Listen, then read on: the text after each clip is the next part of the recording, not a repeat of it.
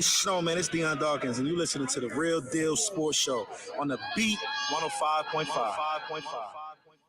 Yes, you are on the Beat 105.5. Welcome Saturday morning, a rainy Saturday morning. Yes, still wearing turtlenecks and keep yourself warm as it's still cool and a little slight snowy, the S word. Yes, snow is being mentioned in the forecast. But hey, we keep you warm inside, talking sports of all sorts for the next hour here on the Real Deal Sports Show. The Radman and crew. Radman, the sports director for Challenger Community News, is in the building. We're broadcasting live from the Rock Palm Broker Studios this morning, and we're making sure that you're catching talking sports of all sorts, and we're making it happen for you each Saturday morning. And remember, Rock Palm Broker Studio, 559 State Street. Give them a call, 585-262-9920. Check out Rock Palm Brokers as we break into sports of all sorts. And hey, we know the way my phone was blowing up yesterday at my barber shop, Quick's main event.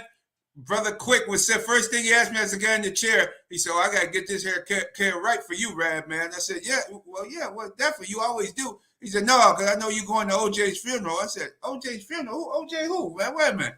Oh, he passed? I said, oh, man. He said, I know you're going to OJ's funeral, Rad, man, so I got to get your hair cut right in shape. And that's when I heard the news that the juice is no longer on the loose. From Quick's main event, Quick, my barber, said, hey, he thought I'm heading out to Cali for the funeral. No, not so quick, Quick. And not heading out to Cali for that. But let's talk about OJ. Let's talk about the man, Orenthio James Simpson, who the Buffalo Bills, once again, in a classless move by the Buffalo Bills organization, all you had to say was, hey, with respect to O.J. Simpson and to his family, we sympathy to the Simpson family, and let them know that because his family didn't have anything to do with this, what allegedly took place. And this is the greatest football player ever, and I said ever, in the history of the Buffalo Bills organization, and you're going to do the man like that. No wonder you can't win a Super Bowl. It seems like you curse because you treat your how you treat your greatest player. Let's say how great this guy was on the field. He won the Heisman Trophy in college at USC, came to the Buffalo Bills. People didn't know where Buffalo was. People didn't know where Buffalo, New York on the map on the West Coast. People thought it was outside of New York City, thought it was like Brooklyn or something, outside of the Big Apple. The Juice put Buffalo on the map. He took Buffalo. The Bills owner, Ralph Wilson, announced that he was thinking about selling the team to Seattle, moving the team to Seattle, not only selling, but moving the franchise to Seattle, Washington, and where it is now the Seattle Seahawks eventually came into the league. But they were going to move. But just then in 1972, that same year he announced a possible move out of Buffalo, New York, OJ ran for 2,000 yards. And the other owners said, no, keep him there in Buffalo. The other owners helped pay for his salary. They helped pay his salary because when the Bills went on the road to New York, Boston for the New England Patriots, down to Miami and places, those bigger markets, those owners they were getting complete sellouts because everybody wanted to see the juice. He was the greatest player ever in Buffalo Bills history. He's the only Buffalo Bill that was deemed in 72, 73, and 74, 1972, 73, and 74, the best player in the entire league. The Buffalo Bills have never had a player deemed the best player league-wide ever since the juice was loose out there. Well, guess what? He done it, and then they said, hey, we're going to stay in Buffalo. We're going to build a new stadium. They built the stadium because of the juice. Hey, young people, I know you're young people, but your older heads, y'all got to keep that other stuff that went down in 1995. Yeah, that's cool. You can talk about that, but talk about what that guy did for Buffalo. It wouldn't be a Buffalo Bills football team if it wasn't for O.J. Simpson. And, I mean, he was the only first player ever to have a nationwide TV commercial via the Hertz Rent-A-Car Company. Ever! There was no such thing as a pro football player with a national endorsement deal. But the Juice got it. The Juice, OJ, was everywhere. He was on Police Story. He played a detective on TV. He played in The Naked Gun. He was an decent, I wouldn't say excellent, but he was a decent actor. I thought his acting had, he was in Roots. This guy did a lot of things. Talk about what made this guy so big. You're talking about what went down from 95 all, but you don't tell your audience. ESPN tried to tell it, but some of these other entities, you didn't tell the story of how did this guy become so large? How did this guy become a household name? He got so big that with the TV endorsements, the movies, he didn't even think he was black any longer. He thought he was this. What did he say? He just OJ. He said in court, I'm not black or white. I'm OJ, right? J-GILLZ, welcome back to the show, a co-host of the show. J-GILLZ, welcome back on Real Deal Sports Show. How you doing this morning? Hey, good morning to the Real Deal fan. You already know, man, doing great. But, right, man, I mean, we're in a time in society today where, you know, everybody has good and bad. But a lot of times we're just focusing on the bad, man. We're seeing it right now with Sean Combs. We've seen it with Robert Kelly. We've seen it all over the place. Bill Cosby and on.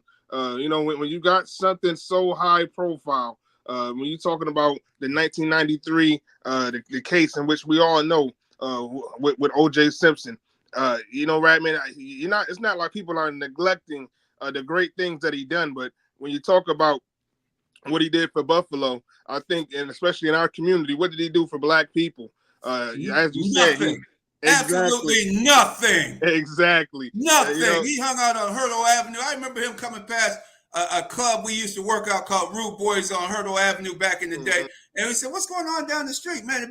So we went down, we walked down on our break, walked down the street, checked it out. Man, the Juice was in there having a party. Man, he didn't know. He didn't come into the black community. He wasn't Deion Dawkins. He wasn't J.D. Hill. He wasn't those guys of that Albert DeBinion. Those guys all came and gave time with the kids, the black kids in the inner city of Buffalo, New York. Those guys all came into the community. Reggie McKenzie, all these guys. J.D. Hill and them had a football camp. The list goes on of black football Buffalo Bill players that came into the community. The Juice did not. So we're the black community. We knew what he was. We knew what he was. It was like, man, come on, man. This guy's, come on, a little fake or something, man. That's why people got their opinion. So as much as he definitely did, I can't fault anybody for not, giving him his flowers per se. Well, you just got to recognize this guy, for the Buffalo Bills to be disrespectful like that, not to say something, when this guy he holds active records. And no other Buffalo Bill has records active. This guy hasn't played since 76, 77, and this man still got the most consecutive 200-yard games of 3 in a row. This man ran for over 200 yards 3 games in a row. Who does that, J-GILLZ? O.J. Simpson. And who ran for 2,003 yards in 14 games? I mean, and by his 7th game, he had over 1,200 yards after halfway through that remarkable season. And they were coming up to the line of scrimmage. The Bills they knew the Bills were giving the ball to the Juice, and he still was getting off. He still was, man, stepping on people, man. I mean, he would slow down and wait for the defensive back to catch up to him, and he would just put that fist right up there underneath the helmet. He knocked the helmet off of this one cat, man. I never forget that, man. The helmet just shot right off the guy's head, man. The Juice was just, man, there was no better football player than O.J. Simpson in that era. And if you go to the top 100, any of those lists that come out now, O.J. is not number 10. He's not number 8. He's either number 1 or number 2. Jim, only because Jim Brown retired earlier in his career. That's the only reason why I give it to the Juice, because, man, you couldn't stop this man. This man was unbelievable running back. He ended up with the knee injury. He retired with the San Francisco 49ers. But for the Buffalo Bills not to recognize him and just say something to the family, it ain't even got to be about him. You can just say to the our condolences to the Simpson family and leave it at that. Because this guy was the greatest player you ever had in your franchise history. And you can't say nothing about him? It's wonder why you can't make the playoffs. No wonder you're so jinky. When you do make the playoffs, it's so jinky, and you got a quarterback that's going backwards instead of forwards, and you wonder why people leaving and want to go to other teams. Man, it seems like the Bills got a little curse on their hands, but that's definitely. I just wanted to get that off my chest. The way the Bills, the way they treating this whole situation. Luckily, we saw him last October when the Bills, Miami came into Buffalo. He was at the stadium. A lot of people cheered. Yeah, some people booed, but a lot of people cheered as they showed him up on the big screen at one of the suites at the at Highmark Stadium when the Bills trounced the Dolphins in that Week 4 game back on October 1st of last year. That was seen to be his last appearance at Highmark Stadium. But you got to, hey, win, lose, or draw. Hey, off the field, he screwed up, man. That's what happens when you get involved with all kinds of drugs and alcohol, and things get spiral out of control. That's where these young players like that Rashid Rice of Kansas City, you got to understand, man. You can't be getting a Lamborghini and want to race. You go to the racetrack if you want to race somebody. You go to the nearest racetrack. You don't use your interstate down to interstate to race somebody, and you done rented the Lamborghini and the other guy got your Ferrari or whatever the other car was. You just can't do things like this. And this is what happens sometimes. You get the Juice to me guy, his head got too big. He already had a big head to begin with physically, but his head got too big when somebody can say, hey, I'm not black or white, I'm OJ. They'll let you know where this cat was coming from. But to each his own, everybody can have an opinion, but the shame on the Buffalo Bills for not recognizing the greatest player in their franchise history who still has records on the books. He got several records still on the most rushing yards on Thanksgiving Day. That barely was broken not too long ago. Then he had the most rushing yards on opening day. He always used to run ramp shot on the New England Patriots. Some no-name running back broke that record a few years ago. We never even heard from that running back again. I think that running back is not even in the league. He had a great day. Nothing against that running back, but this shows you how long OJ's records have still withstood the test of time, and his records are still in the books, and the league should recognize him for that fact and at least say something about it, especially the Buffalo Bills, because this was your guy. This is your guy. It's the reason why, and he helped get that stadium built out in Orchard Park. That stadium wouldn't be built. The Bills wouldn't even be in Buffalo if it wasn't for this man. That's the truth, everybody. Learn your history. Get your history right and learn what's going on. Right, J-GILLZ? Absolutely. Hey, we're going to move on from this segment. We're going to move on. Hey, we got a big thing coming up. UFC 300. Man, UFC is back, and so is our main UFC got our analyst and expert, J-Jack. Welcome back to Real Deal Sports Show. How you doing this morning? Hey, good morning, gentlemen. I'm doing great. Thanks for having me. Great. Let's get the rundown. What's happening at UFC 300? Woo! Can y'all feel it? It's fight night. I'm excited. It's a long time coming. UFC 300. UFC always tries to do big things for their centennial cards. 100, 200. Now we're at 300. We got a 13 fight card. The thing that impresses me the most, you got 12 former or current UFC champions that are going to be fighting tonight. The curtain jerker, the opening fight of the card, the entire card, Cody Garbrandt versus Davison Figueiredo, both former bantamweight champions. Now they are fighting they're still fighting at flyweight. I mean, bantamweight. They came back from flyweight, but that should be a good fight. But I want to talk to you all about the three headlining cards, the three headlining fights at the top. First of all, we got the BMF championship, which is a fictional championship that they kind of brought into the mainstream. I don't think I have to tell everybody what BMF means. Use your imagination. But we have Justin Gaethje, who is the BMF champion, fighting Max Holloway, who is coming up from 145 pounds to fight 155 pounds. That should be a great scrap. Justin Gaethje, all-action fighter. I think he holds several post-fight bonuses. I can't even tell you off the top of my head, but Max Holloway is also an all-action fighter. They're going to meet in the center of the octagon and just go at it. The narrative recently has been people have been discounting Max Holloway because he is coming up from 145 pounds to fight a natural lightweight at 155 pounds. He did an interview recently, and he basically said, man, that's what separates me from all of you. This is what I do. I'm a fighter. So I don't care how much this person weighs. If you tell me I got to fight him, I'm going to go at him. He said, if we were back in the old times, I would have been a gladiator. I'll go out on my shield if I have to. I go in there looking to kill or be killed. Some people think that might be a little too much, but I think that's the mentality you have to have if you're a cage fighter and you fight for a living. So That's going to be a great scrap. After that, you have the co-main event, female strawweight championship. The champion, Zhang Wei Li, versus the number one contender, Yan Xiaonan. The big thing is this is two Chinese women fighting for a championship. They were saying that this should have been on a different card. They should have took this fight to China because the UFC just opened up a performance institute in China because they're trying to expand the influence of mixed martial arts and UFC all across the world. But, you know, this is a card for the UFC, so they want to try to get all of the firepower that they can on this card. I'm pretty sure that they were looking for Conor McGregor to appear on this card, but Conor McGregor, he had different priorities and obligations that he had to do. He's out in Hollywood making movies with Jake Gyllenhaal. So, unfortunately, he will not be fighting until later on this year. But that should be a great fight with the females going out for that strap. And the main event, that's what I'm looking forward to the most. Light heavyweight championship, Alex Pereira.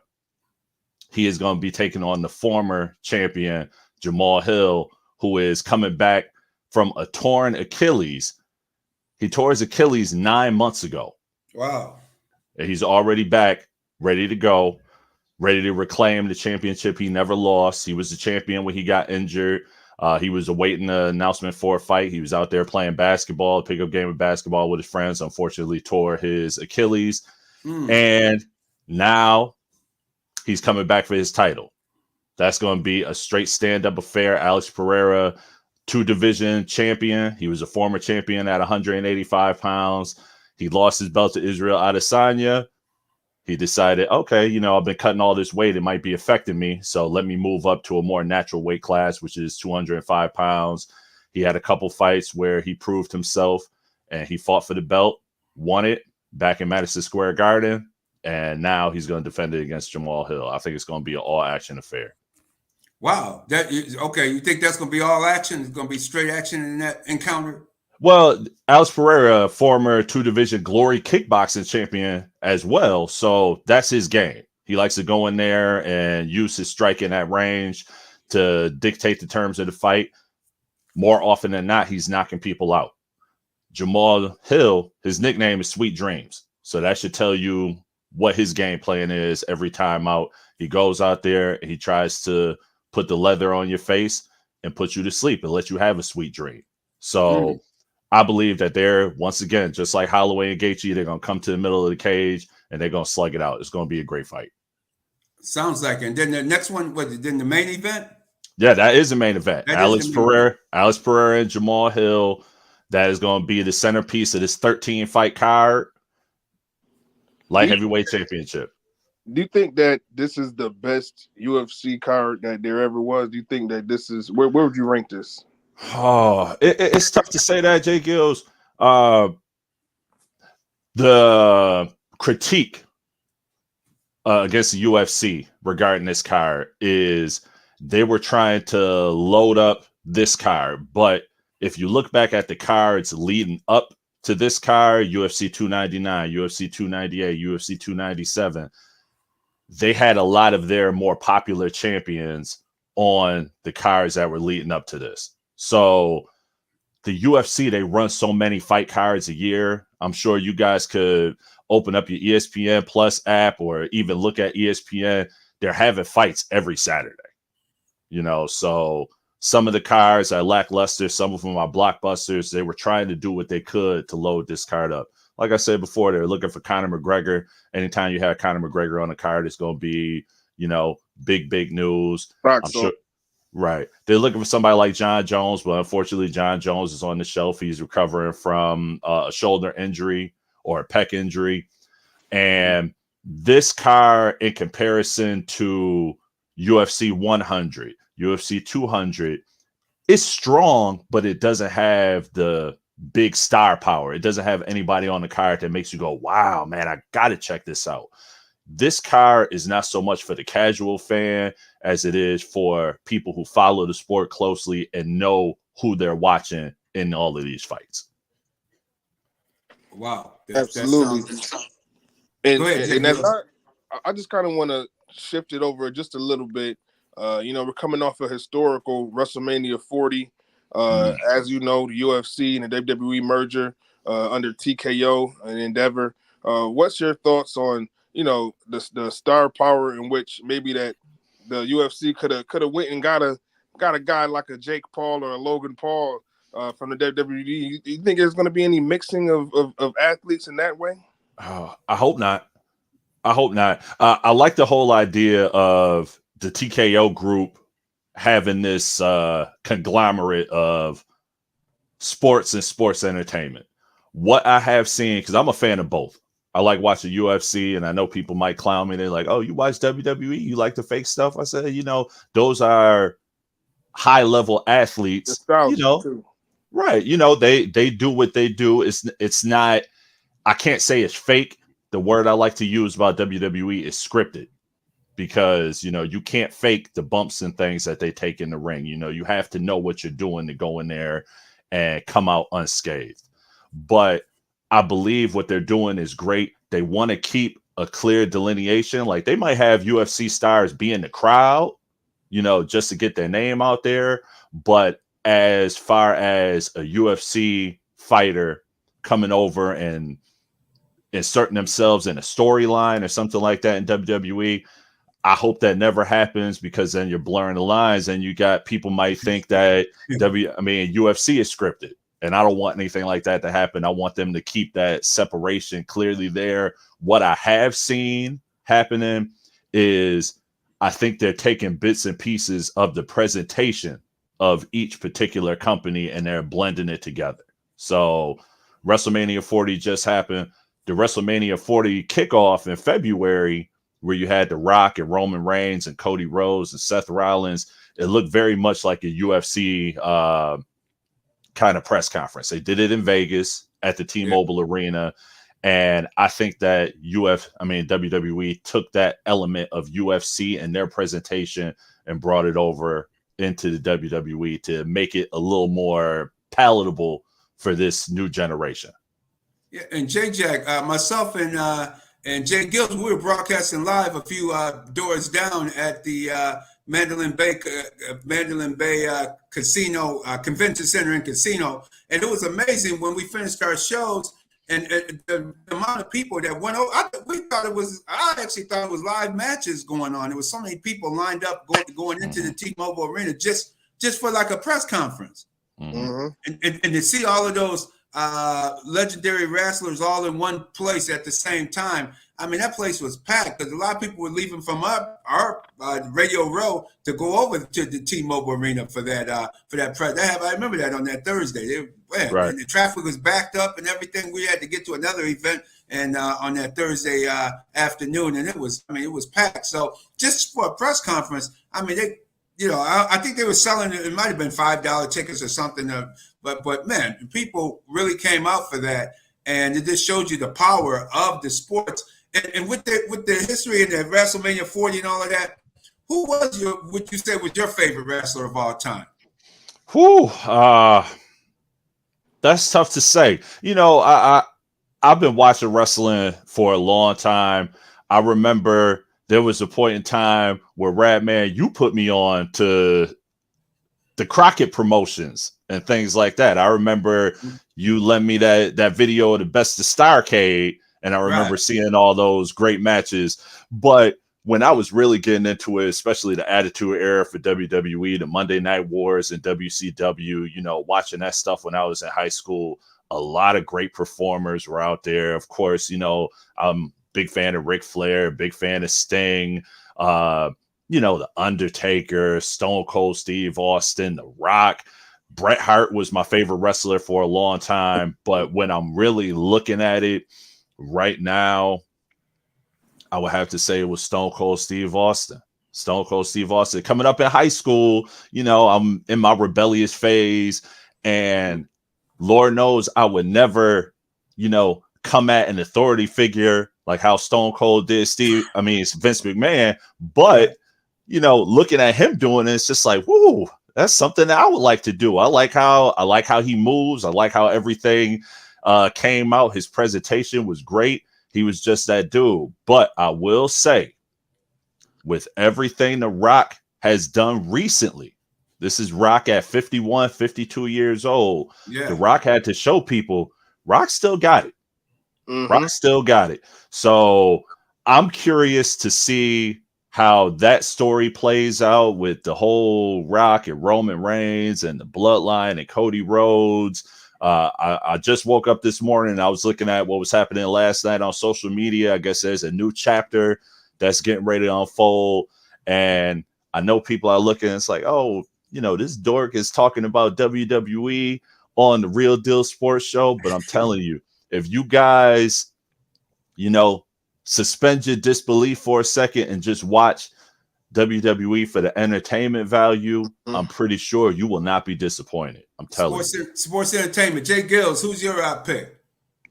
Man, you know, J-Jack definitely set the bar high with Stone Cold Steve Austin, you know, and then giving accolade to The Rock as well. You look at his longevity, you know, and now even being on the board of the company, stepping in and still fulfilling his on-screen roles and behind the scenes.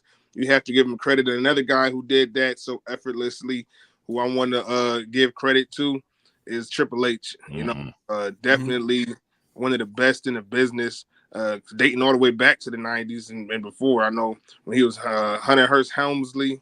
You know, what was his original staple when he had the flowy golden hair? I forgot. Yeah, he came in WCW before he even made it WWE. He was terrorizing. See, come on, man. and to see his you know, from his staples, from the Generation Next Evolution, he could do it by himself. The Authority, he could do it in the groups, and then to do it by himself, man. You know, so I got to give it to the game, the Cerebral Assassin, Triple H. It's either him or HBK, but I mean, when I see how he stepped off the road and they're putting people on, he the ultimate plug. You know what I mean? He's put a lot of young wrestlers on from NXT and beyond. So I got to give him his credit where credit is due to Triple H for sure. Those are great choices. And of course, each of you are talking from your era, and I'll go back in my era. And my guy is got to be Jimmy Superfly Snuka. That guy, no matter, he never took a day off. No matter when he showed up in the ring, it was always like you had a Super Bowl. It was always lightning, intensity in the air. The crowd would be like, wow, anticipating something. What's going to happen tonight? And especially his great legendary matches with Ric Flair and Dusty Rhodes back in the day. And thought you was gonna say Dusty Rhodes, right, man? Oh man, him and Dusty got into it, man. They, you know, it was blood everywhere, man. They come out there, man. But you know, they opened a can of ketchup, man, and both of them just bloodied up, man. As soon as the matches started. So Superfly Snuka, Ric Flair, because he's another guy that never took a night off and really put on a show. Those were just pure entertainers of the wrestling. They may not have had the best wrestling moves or that, but their style and their persona really made it very entertaining. And to see those type of entertainers, and the Iron Sheik as well. That guy, when he took the belt from Bob Backlund after Backlund had it for so long, man, that guy was another entertainer. Man, and the way they mixed it all up. So you mentioned Starrcade. That's where the Ric Flairs and all those guys came out of the Atlanta compound before Vince McMahon blended there. Because I liked it when it was everybody had their own promoters, and down south you had the different promoters, and up north you had Vince McMahon's dad running the show. So it was nice when it was. I liked it better when it was individual. Now they got them all. Now they're going back to kind of individual. You got 2 or 3 different associations again with different stars, and it's getting back to where it's funny. Everything goes in a circle, guys. Now it's going back into that type of light. So I'm glad we had a chance to get into this. We're gonna get back into real quick. What do you think your fans should watch for tonight at UFC 300? Just to close out on the UFC 300. What do you think are the key things people should look for? Well, I will say, as far as the main event goes, when you look at Alex Pereira, he is excellent with his leg kicks. And there's been videos going around looking at the footwork of Jamal Hill in previous fights and how it's not that great. So people think that Alex Pereira is going to go in and, you know, kick Jamal Hill's leg into oblivion, and that will open Jamal Hill up for, you know, that devastating left hook that Alex Pereira is prone to use. What I will say about that is there are some people who are proficient at MMA, they're proficient at kickboxing, and then there are some people who can just scrap. You know, I look at Jamal Hill, he could just scrap. He's hungry. He's ready to get that title back because I think he's an individual who doesn't feel like he's getting his just due from the MMA community. You know, people look at him as some sort of malcontent. You know, he's arguing with people on Twitter and things like that. I still think he goes in there and he puts that man away. It will not go 5 rounds. If this goes to a decision, I think I would be incredibly shocked. It does not go to a decision. You hear that? Somebody's getting finished. Hey, if you putting money on it tonight, you hear that? You say it's going to go. He's not going more than 5 rounds. That sounds like for you. Hey, that's why you're the expert. Any other notes we should look at? If you're looking at, you know, sprinkling a little wager, yes. Bo Nickel is fighting on the main card. This is a former national champion wrestler at the legendary Penn State University. He's fighting Cody Brundage. Right now, he is a minus 2,100. I just saw on DraftKings. So if you are looking to put some money on him, I wouldn't put money on him on the money line.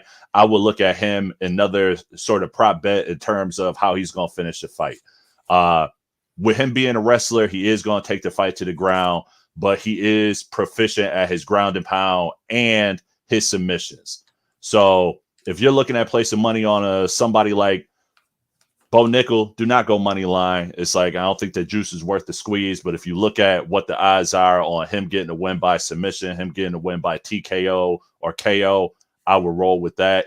I believe the lock of the night outside of Bo Nickel, Zhang Wei Li, the current strawweight champion, female strawweight champion, she is going to retain that belt. I can almost guarantee it.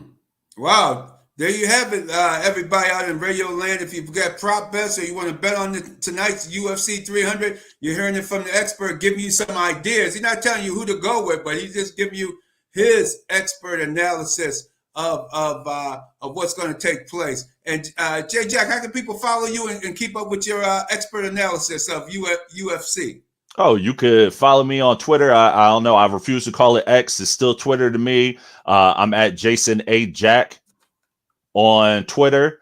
You can find me there. And if you have anything that you want to highlight at me about, go for it. It's like my feed is a lot of MMA and pro wrestling. Outside of that, not too much. That's right. You're going for what you know, and what you know is expert analysis. And we're going to have you back on in a couple of weeks talking about some of the other upcoming UFC fights coming up down the road. So, one last thing. Yeah, that's one of the things I said. Any other fights coming up down the road that you think people should be looking out for? And John Jones, is John Jones done for the year, or what's going on with him? Well, okay. The thing with John Jones is the heavyweight champion of the UFC. But since he got injured, he was going to be injured. He was supposed to fight at Madison Square Garden in November. He got injured. He was going to fight Stipe Miocic, who is the winningest heavyweight champion in history. He's the only one who's defended the heavyweight championship at least 3 times. So that was supposed to be a legacy fight for both of them. John Jones got injured. Stipe pulled himself off the card. He said, I only want to fight John Jones. Oh, okay. So I think they're both on the tail end of their careers, and they want that fight for their legacy. In steps British fighter Tom Aspinall. Tom Aspinall is one of these new wave heavyweight fighters. He can do it all. He can strike. He has excellent jiu-jitsu. He can finish the fight however you want it. So right now, Tom Aspinall is the interim heavyweight champion. He's been pushing for a fight with John Jones, and John Jones said, you know, young boy, you got to wait your turn. I'm the boss. I dictate the terms. This is the fight that I want. I want to fight Stipe Miocic for my legacy. So Tom Aspinall is just kind of hanging in the breeze. I don't know what's going to happen with that. They were thinking possibly there was talk that the main event of UFC 300 tonight was supposed to be Alex Pereira moving up to heavyweight to fight Tom Aspinall. Ultimately, they went with Pereira and Jamal Hill for the light heavyweight championship. So John Jones, he's still on the shelf. There's no timetable really for his return. We haven't talked about him coming back, but I believe when he does come back, he's going to fight Stipe Miocic.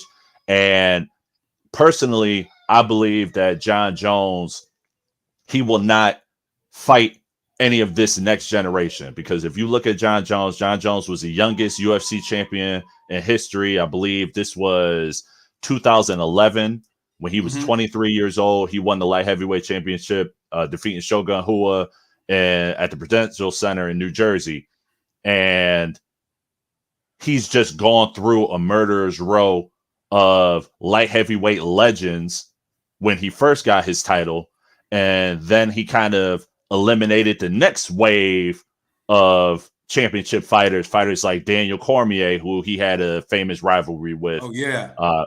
So he doesn't have anything to prove. In my opinion, John Jones is the greatest mixed martial artist who's ever lived, regardless of what he's done outside the octagon. You know, there's stuff about John Jones happening right now that I'm not even going to get into. If people want to look it up, they could go Google it. But John Jones is the greatest, and he has earned the right to call his shots. If he doesn't want to fight this new wave, he doesn't have to, because he's already the greatest, in my opinion. Yeah. Outside of that, we're just looking for Conor McGregor. That's all everyone is looking for. They're waiting to see if Conor McGregor comes back. He was supposed to fight Michael Chandler. They were coaches on The Ultimate Fighter last summer. And this fight has been getting pushed off. Dana White likes to say, oh, you know, we having trouble making a fight. You know, Conor, he's so rich. He keeps trying to throw that out there. Oh, he's rich. You know, it's hard to talk money with him. But I say, Dana, the UFC brought in $400 million of revenue last year. You guys have the money.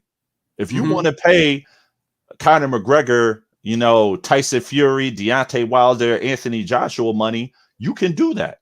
But I think that's the holdup right now with the UFC not becoming bigger than it already is because the whole idea of revenue sharing is foreign to the brass at the UFC. And especially, I got to call a spade a spade. I got the money.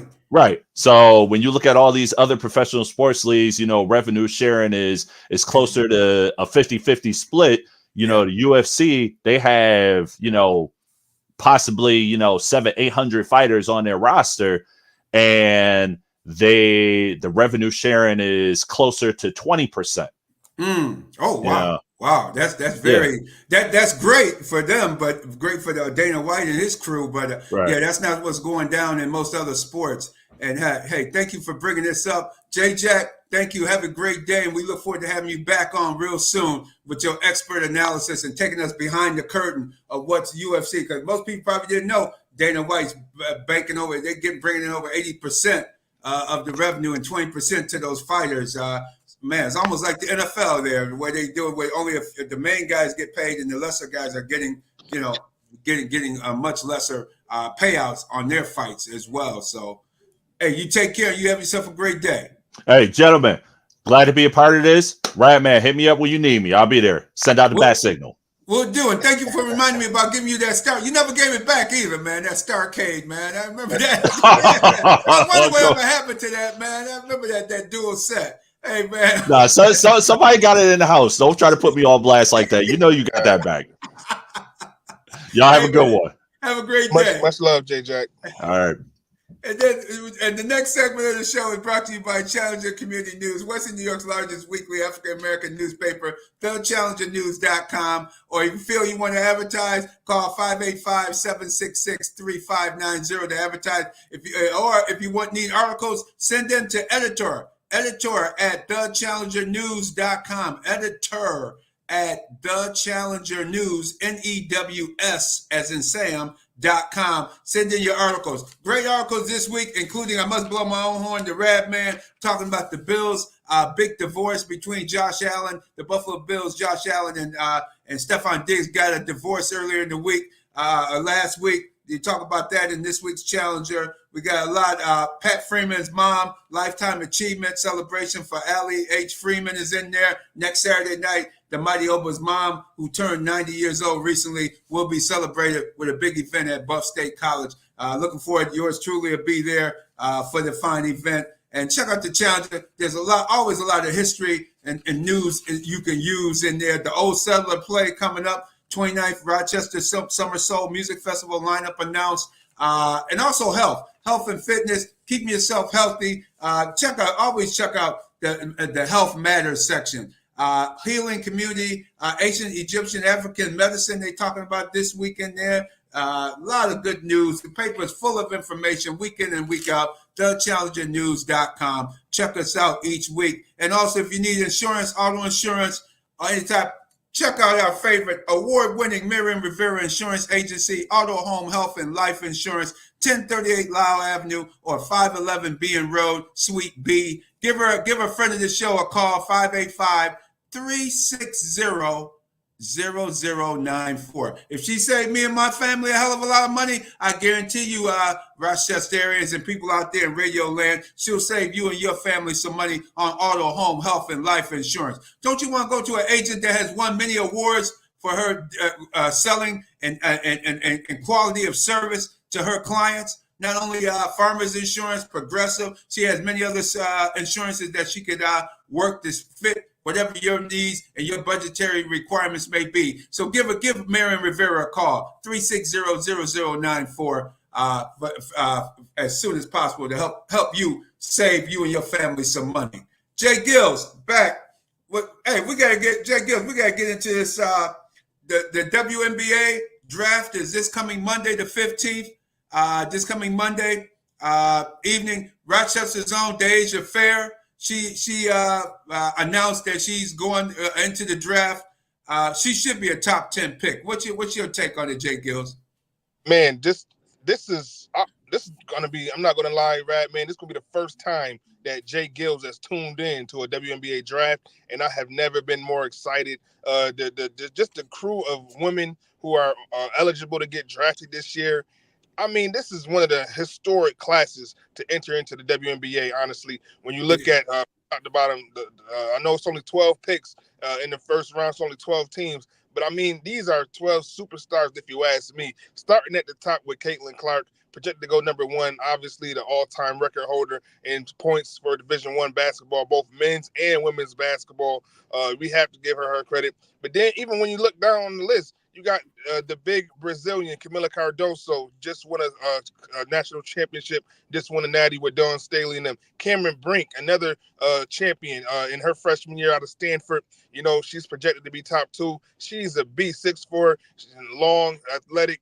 She's definitely doing her thing. And then even down the line, you got a girl like Angel Reese, who is not really projected to go top 5 due to her on the court issues, deficiency. She's a great rebounder, but her scoring, she has known, medical problems with her knee. She did bounce back and win a championship, but what she brings and what the impact she can bring to a team, just on a marketing level, is phenomenal. Where do you rank that in the draft process? Could she go home to Washington, to the DMV area? I know the Mystics, they have a pick at 6. Could she fall to 6? Possibly.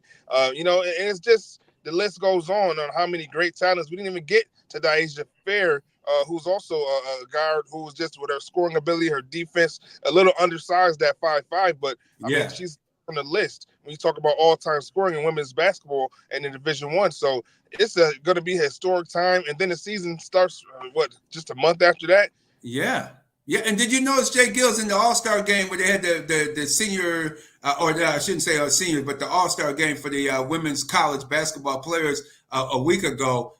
Deja Fair showed out, scoring 19 points, and she actually scored the winning basket there as they passed her the ball, and she went right up to the hole against the big girl and put it up off the glass for the winning basket to win the game. She's somebody that can really jumpstart a team. If you need instant scoring or someone to really get your team energized on the offensive end of the court, Deja Fair is the person for you to draft. And I think, like you said, this is the first year I ain't even going to watch that draft as well, because you got more than one player coming out that's going to make a difference. And I think it's going to be interesting to see the fan surge. How many more fans come out for these games? And you made a good point about Angel Reese. She's not only with the knee issues and things, she's a good community person that if she goes back to her hometown area, she's from the Maryland area, if she gets with the Washington Mystics, that would be an ideal situation. And whoever lands her, you get not only somebody on the court, but somebody off the court that can promote the game and get more people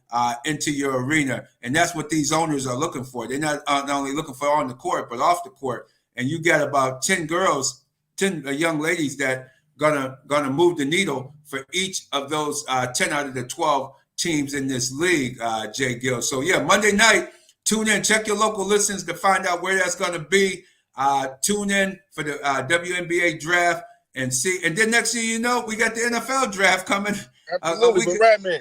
And this yes. While we're on the WNBA draft, I want to say this too. Depending on the success of how this year goes, there's talks that of expanding the league from 12 teams to 14 teams, and what that would do for women's basketball would be monumental, because with it being only 12 teams, a lot of great women who are capable of playing in the WNBA aren't able to play in the WNBA due to spacing, due to positions. There's not enough teams to go around. Girls like Sierra Dillard out of Rochester, who was on the LA Sparks. You know what I mean? Like, if you have more teams, it's more opportunities for women to continue to do what they love to do. So that's why it's so important to support it, especially this season. It's going to be historic. Iowa, guard Caitlin Clark with the Indiana Fever, projected to go #1, teaming up with Aaliyah Boston, former #1 pick out of South Carolina. They have 96 games on national television. That's almost their whole schedule. They're going to be on TV. So we got to go out there. We got to support it so that hopefully we can expand. Yeah, and expand into different cities besides NBA, true NBA cities. Get some of these teams into some of the maybe smaller markets too but are hotbeds for basketball and really could show out markets. Even the Buffalo Rochester market could be especially on the Buffalo side of it.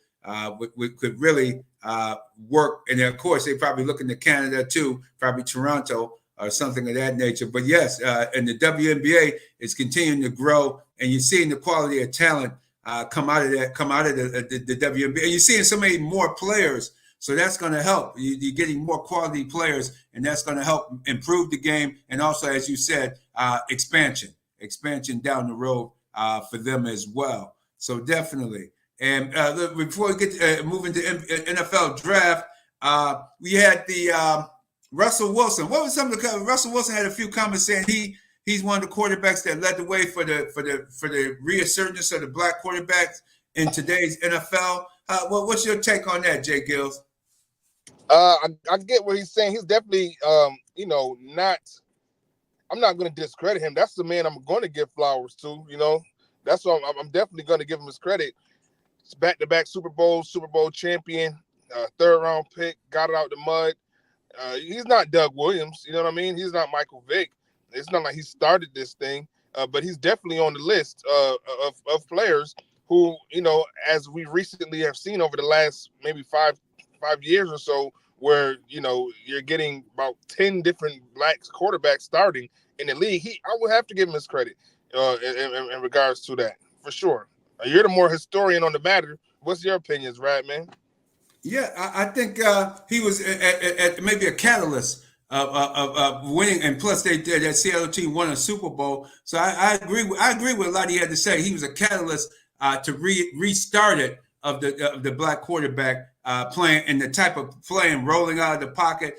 I think Russell Wilson shows you that if he can move out of the pocket and make plays out of the pocket, and now you're seeing a lot of these quarterbacks coming in, and majority of them are coming in making plays out of the pocket. Even Buffalo's Josh Allen, he's more of an out of the pocket player as well, that makes more plays out of the pocket than in the pocket, which means being behind your line, you're moving away from your line and rolling out, making plays. So I think he has some good points there, Russell Wilson. But yeah, you got to put up a show up this year. You with the Steelers, no excuses this year.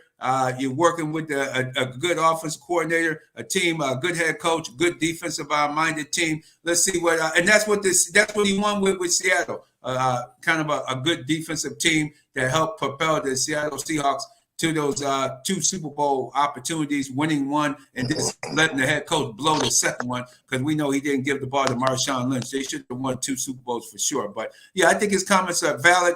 Also, some inside information: Buffalo Bills, a lot of players are coming through. Mason Smith, the big defensive nose guard or tackle, he wore number 8 at LSU on the defense side of the ball. He was in Buffalo. He was seen in Buffalo the other day. So Bills are bringing in a lot of the top guys that they think they might have a chance at drafting. And Mason Smith is huge, man. He's like 320 pounds, 6'8". He looked like if he comes in, he could be the heir apparent to Daquan Jones down the road. So the Bills are bringing a lot of guys in just to take a look at, and you just never know how it may fall. I just have a feeling, J-GILLZ, the Bills are going to go defense when they get. They're going to say, "Hey, the best guy on the board," and they're going to go with a defensive player who may be the best player on the board at that time, and then turn around and go to a wide receiver, and then pick up some undrafted free agent wide receivers as well, because the Bills seem to be very good. But Brandon Beane, I must say, with the scouting crew that the Bills have, Beane seems to be he's good at picking guys between the 5th and 7th round. And normally those guys don't even make your team. They don't even make your practice squad. But this guy is able to find starters from round 5 through round 7. So keep an eye out. Especially on the point. Yeah, Brad, with the amount of picks that the Bills have this year, if the draft board falls this way, I can see a potential trade up. I wasn't a fan of it earlier on, but as I'm seeing the draft boards, I'm seeing a guy like Romo Dooms. If he falls to 9 with Chicago, I definitely see an opportunity for Brandon Beane to jump up into the top 10 to try and get that franchise receiver like a Romo Dooms, who is a Larry Fitzgerald clone. 6'3", got the hands. He's big. He's physical. He's fast. I believe he ran a 4.3 40. So I think a guy like Romo Dooms could be a pick and a possibility inside the top 10, depending on how the draft board falls. There you go. Thank you. And we hear the music. You know what time that is. It's almost getting time for BacSpin. I know he's been warming up. He's been getting ready, getting the cube, working on the steel, putting a little oil on there, oiling up the turntables, getting them ready. BacSpin, welcome back into Real Deal Sports Show. Right, BacSpin? You almost ready? I'm ready, man. I'm ready to do what I do every Saturday morning, like y'all do. How y'all do it on Saturday mornings? You know, it's a great pairing when following the Real Deal Sports Show. You know what I'm saying? Y'all a great compliment, as you know. I feel like it's a great transition from sports to the music, and y'all talk the real deal when it comes to sports. So we appreciate y'all over here. Thank you so much. And hey, we're going to look out for Deja Fair on Monday night. Looking forward to hearing her name called. I think she's going to go in the top 10 of the WNBA draft. Yeah, that'll be dope. But, Clark is going to be number 1. Oh, yeah. You know what I'm saying? But it's going to be interesting to see where Reese goes and Cordoza. Oh, yeah. You know what I'm saying? So, to me, those are the big 3. And it's going to be interesting to see, how, what number they get in the draft. So I'm excited for that. Women's basketball is back, if it ever went anywhere. I know a lot of men get, a lot of the praise when it comes to basketball, but as of late, last couple years or so, it's been all about the women. They're getting a lot of shine, and I'm not mad at that. I'm not mad at that at all. And speaking of women, I know BacSpin got a special something for us in the Back in Time mix later on for us. Got to do it for DJ Mr. C, man. Big Daddy Kane's DJ passed away suddenly on Wednesday. And definitely a shocker, but I'm gonna keep the fans rocking and rolling, because I definitely got something in the mix for DJ Mr. C. So yeah, man. Rest in power, Mr. C. And also, it wasn't only the Eclipse Day, it was the Hank Aaron 50th anniversary of Hank Aaron hitting home run number 715 on Monday, back on Monday, April 8th. Out to Hank Aaron for helping change baseball and getting more and more people of color or black people into baseball, following Hank Aaron on that tremendous. So we'll never forget Hank Aaron. That's another person we should never forget. And obviously, John Calipari got ran out of Kentucky. Somebody threatened him or something, BacSpin. That man jumped out. Did he move quick or what, man? He was gone. He was gone. So, man, and they had to get, and they were supposed to pay him a $33 million buyout. So he forego the buyout. Yeah, so he let that. So when you forego the money, you know what I'm saying? It was something bad. You know what I'm saying? It was something that he was like, forget that bread. I go to Alabama, right. Arkansas. I'll go somewhere. Arkansas. They take me. Who gonna take me? Man, that man went run. He left like a thief in the middle of the night, man. No doubt. Took his oil salesman gig to another town, man. I gotta get out of here, man. They talk about coming to my crib, man. Oh no, man. Let me get out of here. Man. So yeah. So hey, everybody, have a great week. Marion D. Slaughter, we salute you as well. A well-known teacher that passed away and a family member over in Buffalo, New York. Teachers keep teaching, and parents, please help teach your kids at home and send them to school so great people like Marion D. Slaughter can teach your kid and help uplift and help take your kid to the next level through school. But they can't do it alone. You got to be done at the household, as the minister said during his Minister Pridgeon said yesterday during her service. The parents got to help out. The teachers can't do it alone. And I'll close with that. No doubt. Real Deal Sports Show, Fanatic, J-GILLZ, Rad Man. We'll check back in with y'all next week, man. Y'all have a great weekend. All right. Take care. Yes, sir. Keep it where you need it, Rock City. The Back of Time Mix Show is on the way right here on the beat.